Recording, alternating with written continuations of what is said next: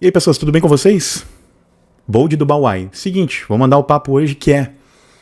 Tava num bar com os amigos, tive a oportunidade de encontrá-los, né? Somos amigos de longa data, fomos colegas de Senai em 2004, então agora 2024, 20 anos em que a gente se conhece. E nessas andanças, né, e nas suas alturas de algumas bebidas, não muitas, chegou um momento em que a gente começou a fazer umas piadas bem pesadas, tá? Piadas que hoje a sociedade não aceita. Só que daí, eu vou falar pra vocês do sacerdócio hoje da internet. Existem os padres, mas vamos colocar aspas aí, né? E existe também essa paróquia da internet e galera da lacração que também, querendo ou não, querem ser os vigilantes, os guardiões da palavra alheia, né? E aí, cara, tá difícil de fazer piada hoje, ou de brincar, ou de falar qualquer coisa, porque tudo se torna ofensa. Tudo é motivo de, pô, não pode falar isso. E a gente sabe, todo mundo sabe aqui, que nos bastidores, dentro das paredes da sua casa, num galpão de amigos, se não tem ninguém filmando ou gravando, todo mundo não é polido. Nós somos polidos quando a nossa opinião se propaga por aí. E agora o que eu vou falar aqui é uma pauta assim que, para quem vai entender bem as entrelinhas e não vai transformar isso em polêmica, vai compreender o que eu tô falando. Por exemplo, hoje, quando a gente vai a restaurantes ou alguns lugares e a gente escuta muita criança gritando o tempo inteiro num volume muito alto, eu tenho a impressão que eu que tô com quase 40, vou fazer 37 em breve, eu tenho a impressão que nos anos 90 as crianças não tinham a goela tão alta. Pode ser um erro meu? Provavelmente sim. Mas aí quando a gente vai ficando adulto e passa ali dos 28, 30 anos, o nosso ouvido ele começa a ficar chato, a gente não consegue mais lidar muito bem com muito barulho. Os ruídos enchem o saco, perturbam. E ainda mais quando o cara tem que trabalhar com alta concentração, tem que ficar ali focado, fica difícil daí de tu conseguir manter o foco com aquele burburinho, sabe? E isso influencia também barulho de máquina, barulho de pessoas à volta, conversa alta. Cara, até se alguém tá fazendo festa e tu não tá no clima e tu tem que te concentrar, é terrível. Mesmo que tu seja uma pessoa festeira, na maioria das vezes. E aí, a gente fez uma piada de muito mau gosto lá. Só que não significa que no grupo, que são frequentados por 5 pessoas, onde na ocasião tinham 4 deles, eu e mais 3, e aí nós juntamos outros 2 agregados no ato lá e ficou engraçada a coisa, ou era um só? Acho que era um só. O sexto elemento era uma mina que um dos solteiros pôde ficar. Mas enfim, agora mandando o papo. Onde daí, em algum momento, alguém disse uma piada do tipo, essas crianças goeludas de hoje em dia, em vez de já nascer com outra coisa na boca. E aí entendedores entenderão. Cara, claro que a gente deu aquela risada, tipo, sabe, de dar quase cuspida na cerveja e parou e olhou e bah. E aí, tipo assim, a gente se olhou e caralho, se a gente falasse isso na rua com alguém gravando, a gente ia preso. E é isso. Tenho que falar que a piada, é que também tem uma coisa, né? O momento da piada, o lugar onde a gente tava, onde não tinham crianças, mas a gente tava lembrando, e foi mais irônico ainda, porque eu e mais um, que é solteiro, são os únicos que não são pais. E o cara que fez a piada tem uma filha pequena. Então, soou pesado, mas ele falou, cara, é piada. Relaxa. Ele falou, e é nós. Mas assim, lá dentro, nós, num ambiente controlado por nós, não haviam crianças, o cara me larga essa e ele é pai. E aí eu pergunto a vocês, cara, é piada.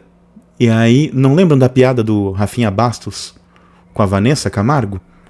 Pois então, pegaram no pé do cara por ele ter feito uma piada. Piada. A piada, ela é diferente do ato. O ato é diferente do pensar. A piada é diferente do pensar e do agir. Ou seja, quando alguém faz isso. É piada. É pra rir.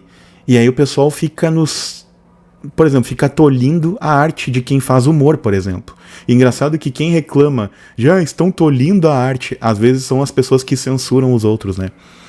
Então a minha crítica fica aí, eu sei que muita gente não vai gostar e vai dizer, mas pensa bem, cara, se tu tivesse filhos, tu ia pensar diferente, tu não ia gostar. Gente, piada. Eu lembro do Rafinha Bastos falando aquela merda, mas é uma merda que eu penso, pô, todo mundo fala isso, a maioria das pessoas, 99% fala isso quando não tem uma câmera ou um microfone por perto. Então por que o cara, porque ele falou na TV é ruim? Ah, mas não podemos dar maus exemplos. Cara, analisem comigo os exemplos que a gente tem hoje de mídia, os exemplos que a gente tem desde 1980 pra cá, então são 40 e poucos anos já de gente lacrando e querendo sobrepor a mulher ao homem, porque na verdade hoje o que estão querendo fazer, o feminismo teve um papel sim importante, mas chegou um ponto onde agora eles querem sobrepor a mulher ao homem. Não é a coisa do andar lado a lado, não é equalizar, equiparar os dois, não, a mulher acima. Aí temos de um lado cultura woke, que é simplesmente aniquilar com a figura masculina. E aí hoje tu tá proibido, o homem tá proibido de ser masculino. Não é machista. Machista é uma coisa que realmente não cabe na sociedade atual. Ser masculino, eu acho que é interessante que ainda hajam pessoas no polo masculino. Inclusive quando as mulheres que gostam de mulheres estão no polo masculino, se vê bem essa definição e a cara, né, tipo, não acaba dando uma cantada em uma menina que gosta da mesma coisa que a gente, se é solteiro. É mais assim para dar essa filosofada com vocês. O algoritmo vai estranhar o tamanho do conteúdo, porque a gente está acostumado a falar por horas, mas acho que é importante também fazer esses drops de vez em quando e largar alguma coisa mais assim de conteúdo filosófico e rápido. Porque, pensem comigo, quando for vocês fazendo uma piada pesada, ou quando forem vocês sendo julgados, como que vocês vão lidar com o julgamento dos outros? Essa é a minha dúvida, esse é o meu questionamento.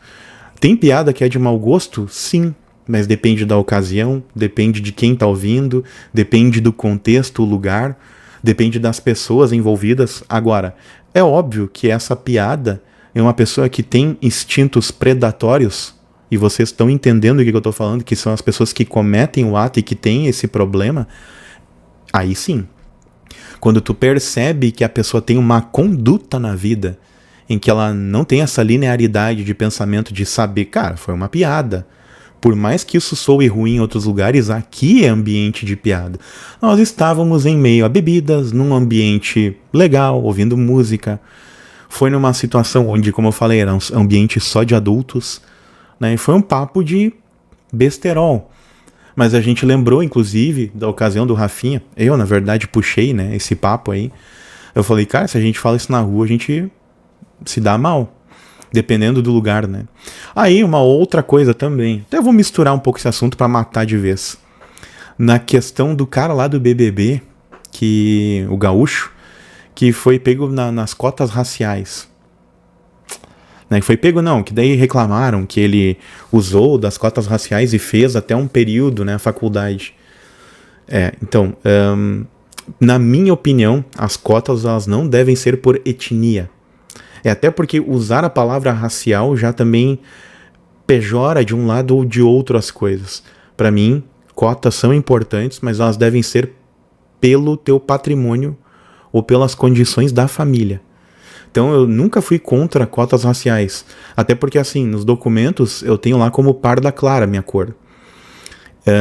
Alguns me classificam como índio na etnia. Outros, quando eu pegava bastante sol, porque agora eu fico dentro de 4 paredes aqui direto, né? Mais de 12 horas por dia. Então, às vezes, eu não pego o sol. Ironicamente, hoje, quando eu saí para levar minha mãe num lugar, tava nublado, eu olho depois ainda. Quando eu resolvo sair, tá nublado, né? A ponto de não pegar nem um pouco nem a vitamina D. E quanto mais pegar cor na pele. Mas aí eu lembrei disso, da questão de que cotas deveriam ser pelo financeiro da pessoa. Porque eu conheço um monte de gente super branca, de olho azul, com cabelo albino, gente. E que deveria ter acesso às cotas. E que gostaria de estudar. Eu já perdi por cotas as cotas. Eu não gosto nem de mencionar, porque eu não sei se isso esculhamba a entrega do vídeo ou não. E eu também tenho medo hoje de falar coisas. Eu admito pra vocês, eu tenho medo. Eu tento controlar muito o que eu vou falar em qualquer ambiente que eu estou, porque em qualquer lugar estão te filmando e te gravando hoje. Então, se for alguma coisa que de alguma maneira venha a ser alguma ação punidora, acho que melhorei, né? Bah, foi feio. Cíntia Chagas me perdoa. Então, alguma ação punidora, Eu tomo muita tenência do que eu vou escrever, do que eu vou falar. E eu tenho um dos meus amigos, um dos que estava lá nesse ambiente, ele comentou comigo, cara, eu cuido tudo que eu falo também hoje, que eu escrevo principalmente, porque tudo é mal interpretado, tudo é difícil hoje de falar. E pro homem tá ficando cada vez mais difícil, justamente por uma série de fatores. Então, mesmo mencionando para vocês que nós estávamos num lugar onde só tinham adultos, era um ambiente controlado e a piada foi ruim, mas foi uma piada, e todos entenderam, inclusive outro que também tem filho pequeno e tem uma filha também mais velha com a sua mulher, todo mundo riu. Só que a gente lembrou, depois que eu comecei a comentar do cara, na rua, cuidado pra não falar isso. A galera, putz. E aí da cota, mesma coisa. Aí, ó, 11 minutos de papo. A cota, mesma coisa, meu. A cota, ela deveria ser pelo patrimônio e pelos bens materiais da família ou pelo salário. Verifica os valores que o pai e a mãe ganham e o aluno em questão, se ele trabalha ou não, para ver se ele tem condições de ingressar ou não. Balizado nisso, aí tu tem umas notas de corte. Conforme o valor tal da família, tal valor de desconto. Conforme tal valor, acesso livre.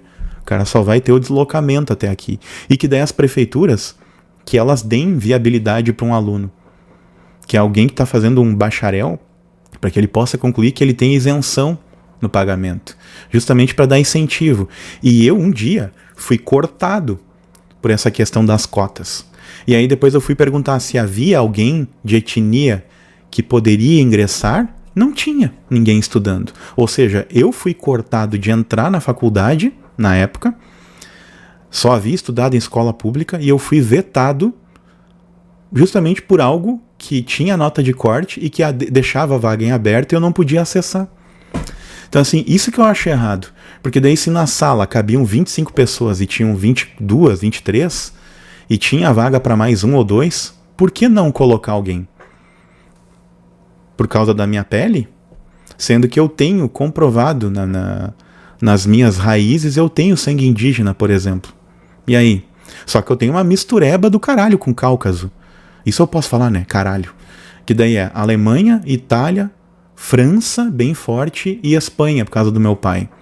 Tem todas essas raças, vamos dizer, do Cáucaso, não, porque tem gente ali que é, vamos dizer, sangue latino, né? Mas é uma galera que pega sol, que tem melanina a mais do que os outros. E tem a galera mais clara. Alemanha, eu tenho até essa etnia misturada. E França também, né? É um misto. Aí aqui, as minhas raízes brasileiras, tem mistura indígena, e todo mundo, se for fazer um DNA, gente, tem mistura de tudo que é etnia. E eu não pude ingressar por causa disso. Então, tá dois papos aí bem pesados, assim. Pesados hoje, tá? Isso, na época em que eu nasci, primeiro que nem se discutia. Simplesmente era tudo piada e não tinha cota.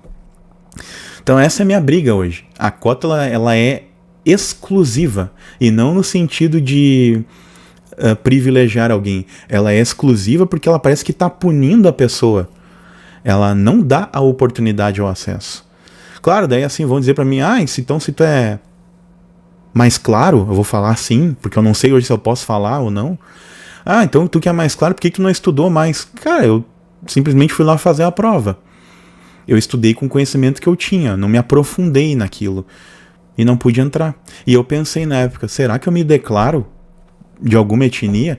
Mas eu pensei, e se um dia eu tiver a minha figura exposta em algum lugar, de uma certa maneira eu me torno público por algum motivo, será que daí não vão usar isso contra mim no futuro? Pois eu pensei aquela vez em usar esse mecanismo para entrar. Só que daí ainda falei pro parça meu que entrou. E ele é muito mais claro do que eu, e ele não precisou de cota, obviamente, porque ele tirou uma nota boa, né? Ficou lá entre os primeiros.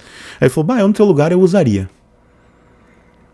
Aí eu penso, agora, com o episódio que aconteceu com o cara, fica a reflexão. Cara, eu acho que não faça nada que possa ser comprometedor pra ti um dia.